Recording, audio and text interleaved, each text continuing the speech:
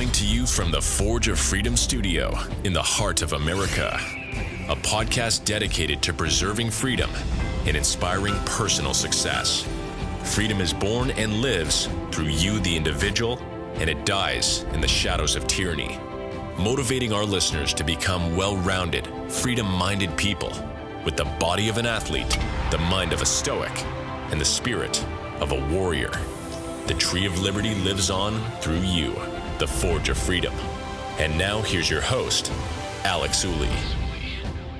Hello, everyone, and welcome to another edition of the Forge of Freedom podcast. I'm your host, Alex Ooley, and this is episode 49 of the Forge of Freedom.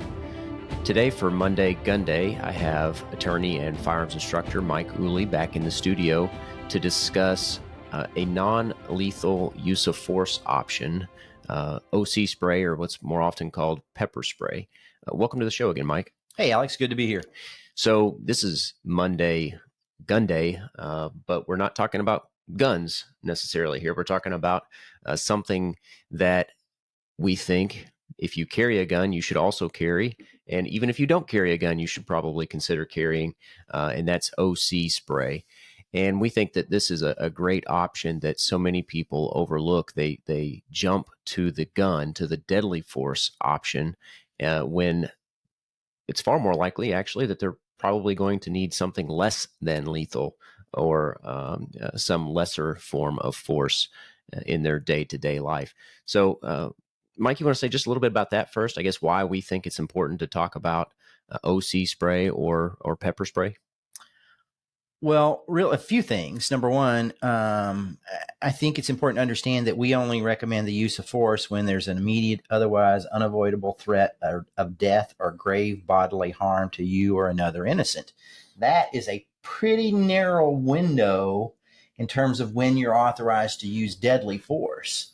And I would submit to you that there are probably far more occasions when we are faced with a situation where we may be allowed to use force that's short of deadly force. And pepper spray could be an instrument that we could use in those situations where, in other words, we're authorized to use reasonable force, but reasonable force would not be deadly force in a situation. So I think it's important to understand that. Pepper spray may be something that's just on the force continuum. You can use it short of deadly force, or authorized to use it short of deadly force.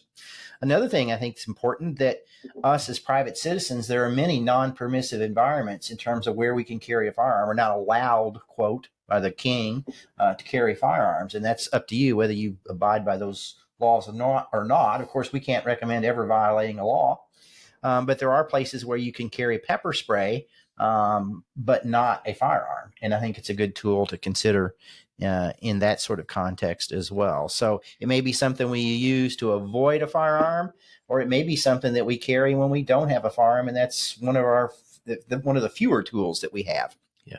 And one thing I would suggest, though, too, I'm going to bring up some of this discussion that we're talking about today was precipitated by an article that I got an email from that comes out, I think, from Backwoods Home magazine. And Massad Ayoob has an email that he sends out very periodically, and I usually read those. And he referenced an article by Chuck Haggard. So a lot of this, I think Alex will put this down in the notes below. A lot of these points come out of those articles, but there are points that we have, at least many of them.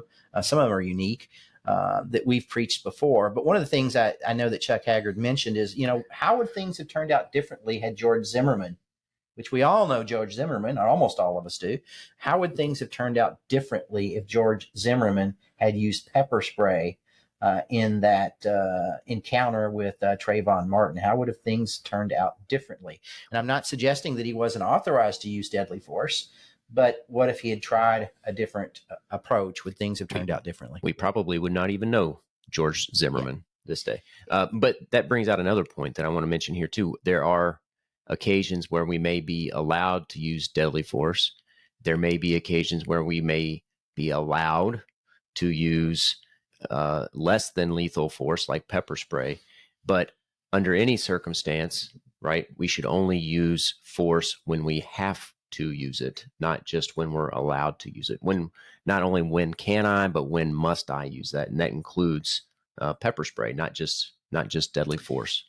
Yeah, avoidance is always the key. We teach that with respect to firearms. We also would teach it with respect to any other use of force, pepper spray, hands-on, anything. Avoidance is always the key. You want to de-escalate if possible. A fight that you avoid is a fight that's won. Yeah. And that's the bottom line, whether that fight's with a firearm, pepper spray, or any other means. We always teach. A lot of people say, can I use force, whether it's in the deadly force context or whatever?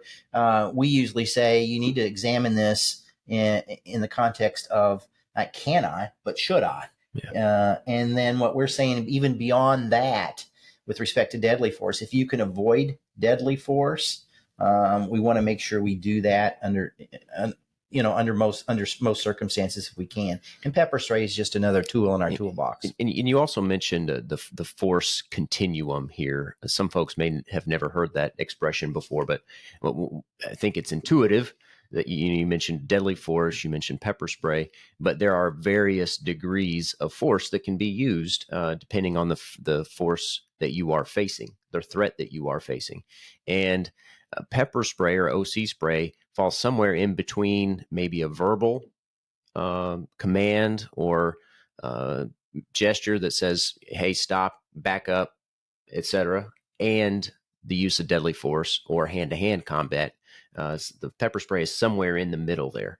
Yeah, it's interesting. Once again, I'm going to reference Chuck Haggard because I didn't know this. This is something new that I didn't preach before. He has an indication in his article that the use of pepper spray is actually, I think he cites maybe a Canadian study, but anyway, look at the article for that. But he indicates that the use of pepper spray is actually safer for police officers and even suspects than many other forms of non-lethal force. So that goes to what you're saying in terms of the force continuum. Yeah. And we mentioned Chuck Haggard here. We are, as Mike mentioned, Massad Ayoob referenced his article. I think it was at Recoil, and I'll certainly link to that in the show notes, along with Massad's article at Backwoods Home Magazine. But Chuck Haggard, it's my understanding that he's a retired police officer, and while he was on duty, used OC spray hundreds of times. And so if anyone knows how to use it effectively and the sort of effect that it would have on others, it would be him. So he's a great person to look to as a resource for this topic. And I think, in fact, teaches classes, or at least used to teach classes. I think he still teaches classes on OC spray. So if you can take a class with him about the use of OC spray, that certainly look into that. But I think he's also been exposed to OC spray on quite a few occasions. Mm-hmm. So that furthers his understanding on the topic. I think you were going to chime in there. Yeah, I mean, I would certainly defer to his expertise with regard to this pepper spray issue. And I think my point here, or our point here, is just to facilitate thought on our listeners' part and to really consider this, because one of the things, I mean, we teach we're firearms instructors. We teach those classes, but there's just a very narrow window where that's the right tool for the job, the firearm. Mm-hmm. One of the things we teach is, listen, make sure you understand something about de-escalation, avoidance. Make sure you know first aid. Make sure you can stop bleeding. Make sure you know how to use a tourniquet. Make sure you can do CPR.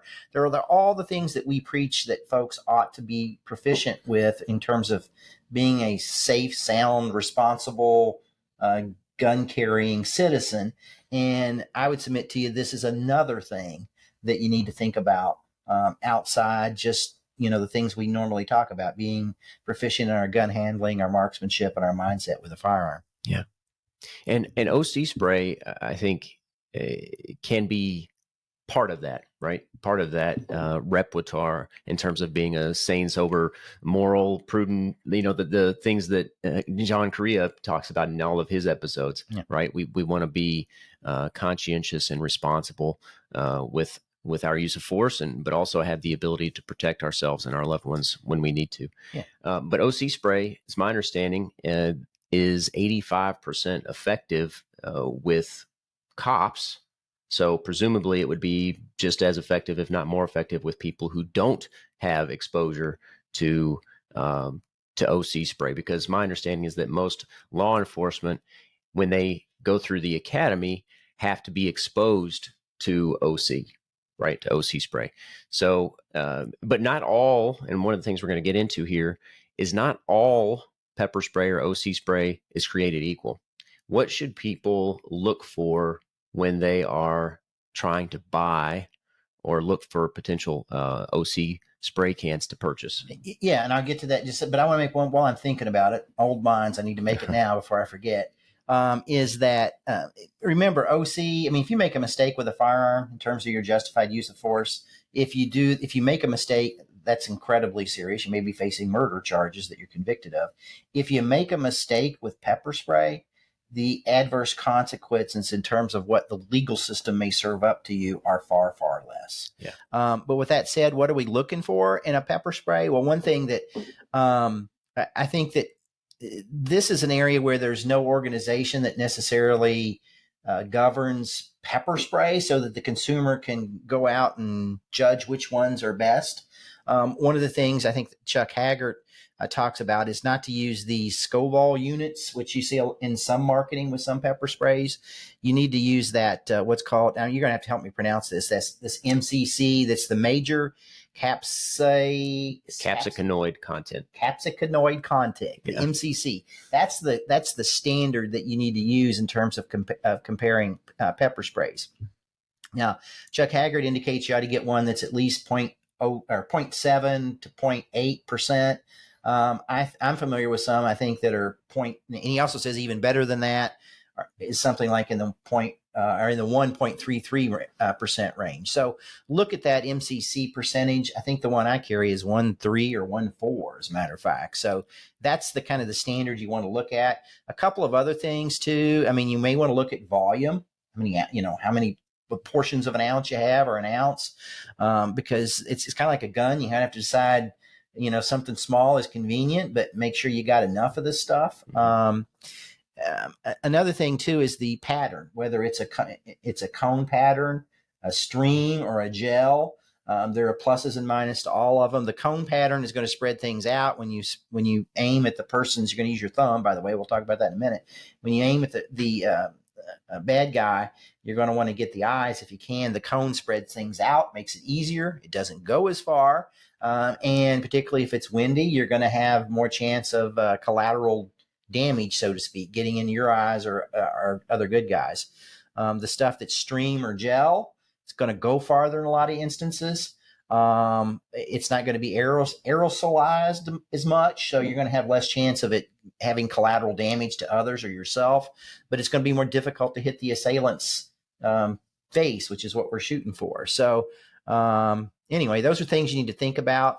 One thing I would suggest that people do is maybe get some different, and some manufacturers make inert products that are somehow aerosolized water or alcohol. I'm not sure what they are. But you may want to try that. Frankly, I've gotten just the real stuff, go out in a non-windy day and kind of try it and see what you're comfortable with. And I think my suggestion is that you train with it no matter what you get. And what I have a tendency to do when my stuff gets, and there are expiration dates, but when it gets a little older, I'll use an old one as a training device and then put a new one in service. So anyway, I think that's an important point too. They do expire, and it's not the chemical itself that expires. It's the can loses pressure, or can lose pressure after time. Mm-hmm. So the can should have an expiration date somewhere on it. And I think on the palm, it's actually harder to see. And we're going to talk about the palm. When I say palm, it's the brand name POM, and that's one of the pepper sprays that we like. Sabre is also a good one, and those are really the two that we talk about or have any experience with. But I think they're both very reputable and have a good reputation, and also have a good chemical and effective chemical in them, like you said, Mike, that has the 1.33 or 1.4% of the MCC. Yeah, and we don't get anything from, we're not, no company sends us any money, anything. We buy everything with respect to the pepper spray.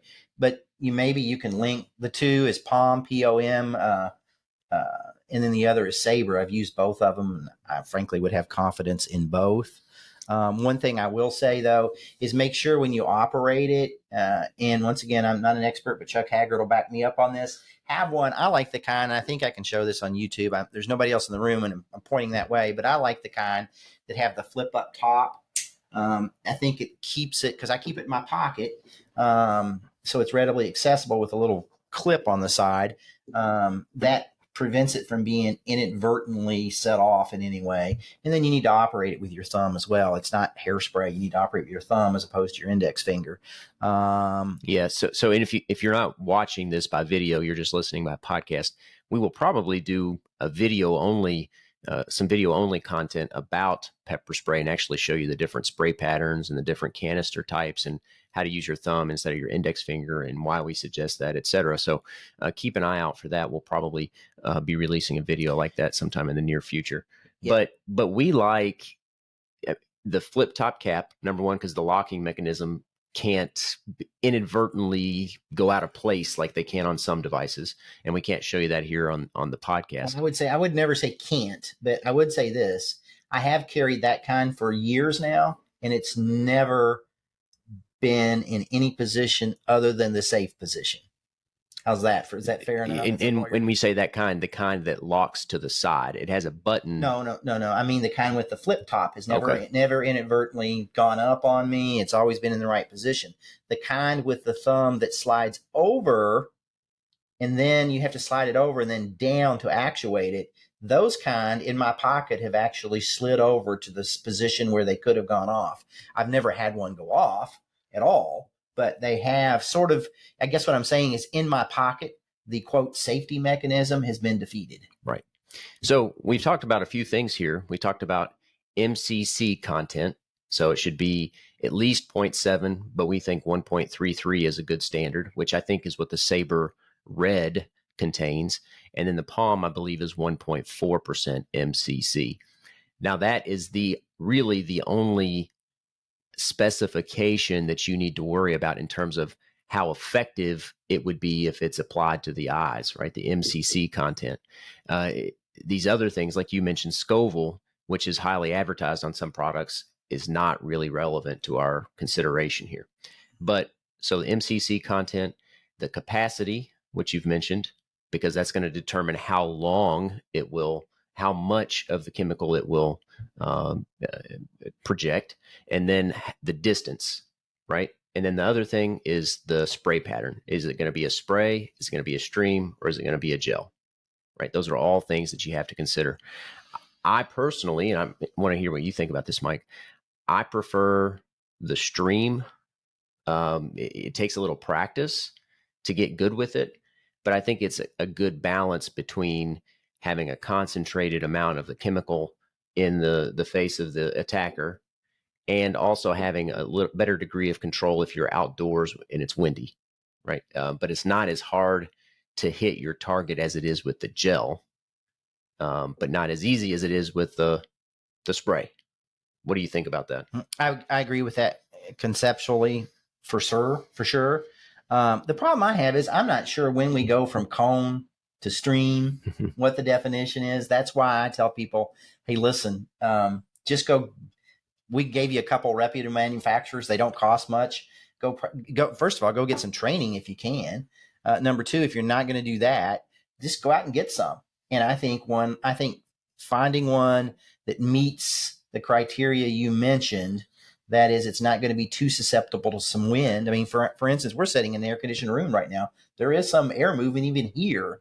You go outside, and of course, there's going to be some. So I think it's something that folks need to just practice with a little bit. I get a paper plate. You know, I don't know what a paper plate is. It's 9 inches, whatever they are.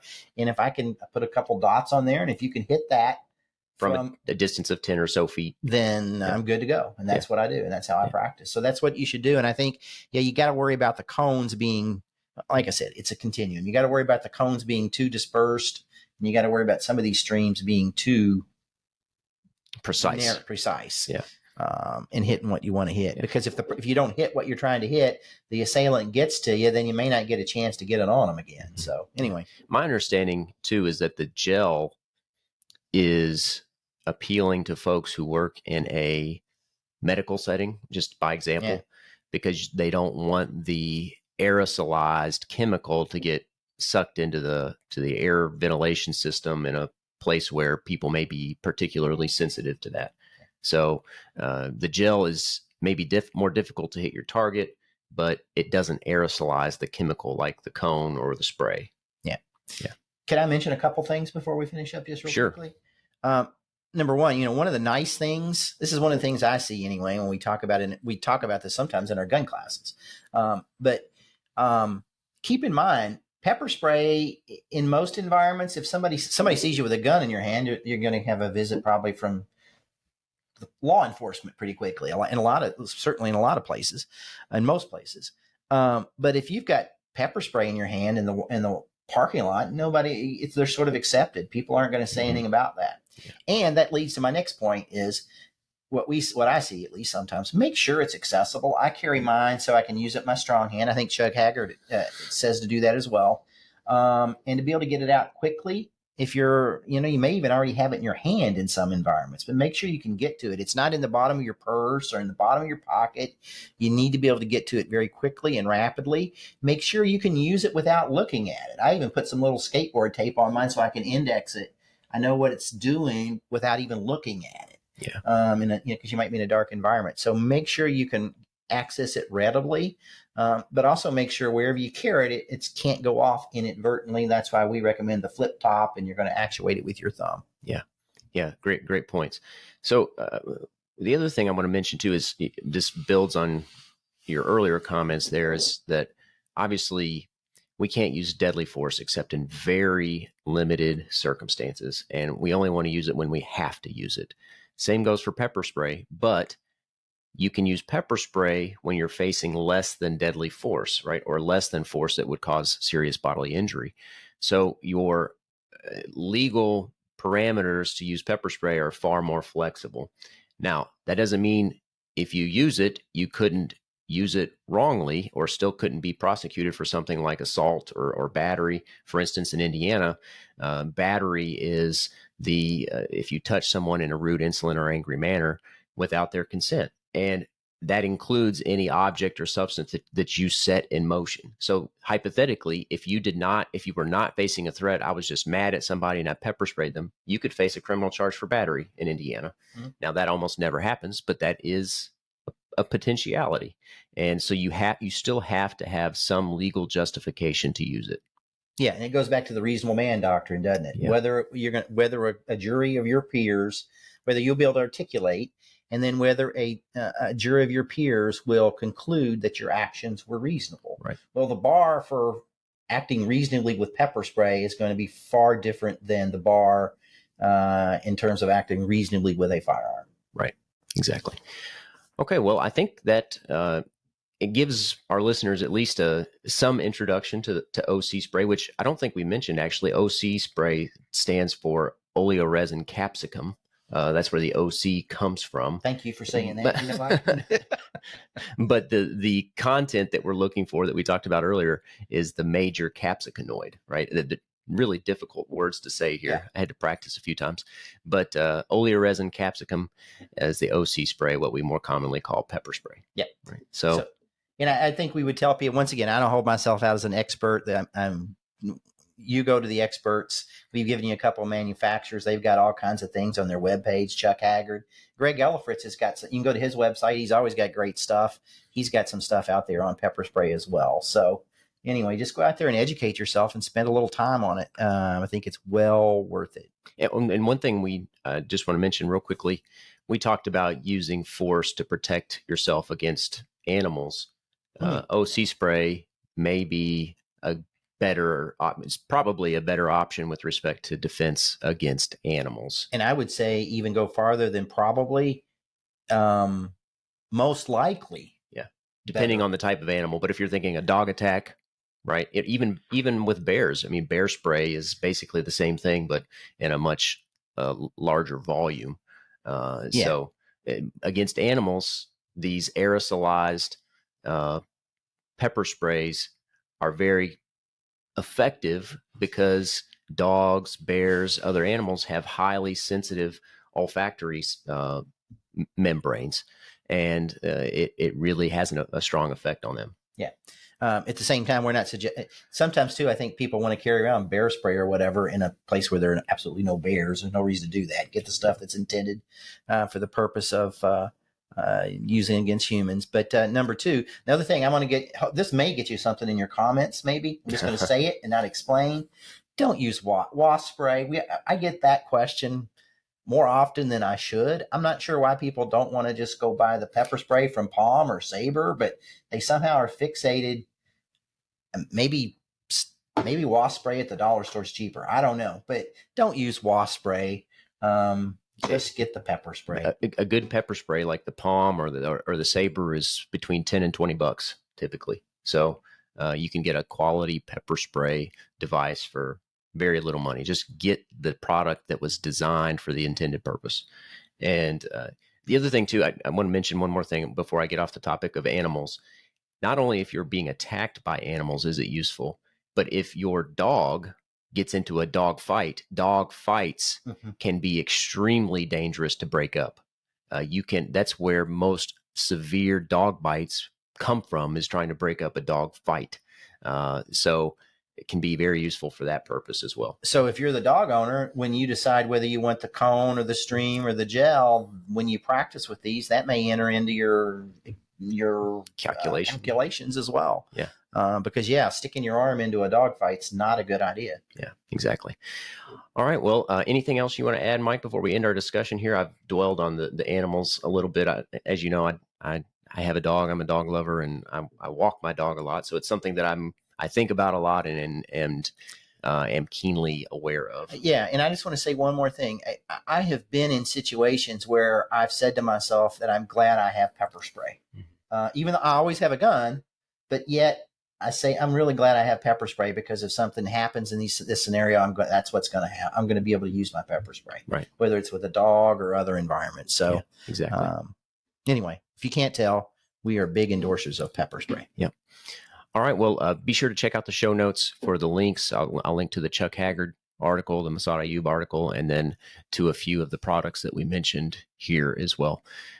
Until next time, remember, you are the Forge of Freedom. Thanks for listening to this episode of Forge of Freedom.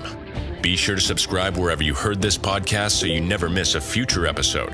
For more information or to connect with Alex, you can go to forgeoffreedom.com or follow him on Twitter @ForgeOfFreedom. Until next time, remember, you are the Forge of Freedom.